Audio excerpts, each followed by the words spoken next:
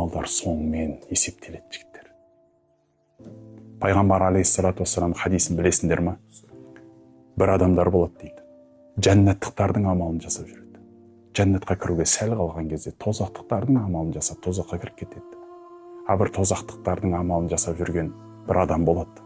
Тозаққа кіруге сәл қалған кезде жәннаттықтардың амалын Алла нәсіп етіп жәннатқа кіріп кететін адамдар болады дейді. Имам Науауи айтады, ғалымдар айтады, жалпы хадистанушы. Бұл хадистен түсінетіміз, салиқалы жолда жүрген адамда қатты есерсоқ болып, өзінің амалдарына сеніп қалып, мен жәннатқа түсем деп ойламасын. Өмірінің соңында тозақтықтардың амалын жасап, ол да тозаққа түсіп кетуі мүмкін. Және де тозақтық амалдар жасап жүрген, күнәға батып, белшесінен батып, Аллаға күнәһар болып жүрген пенделер де күдерісіп кетпесін. Олардың да Алла тағала өмірінің соңында тәубесін қабыл етіп, жәннаттық амалдар жасап, жәннатқа кіргізуге әлі де қадірлі, әлі де мүмкіншілігі бар дейді.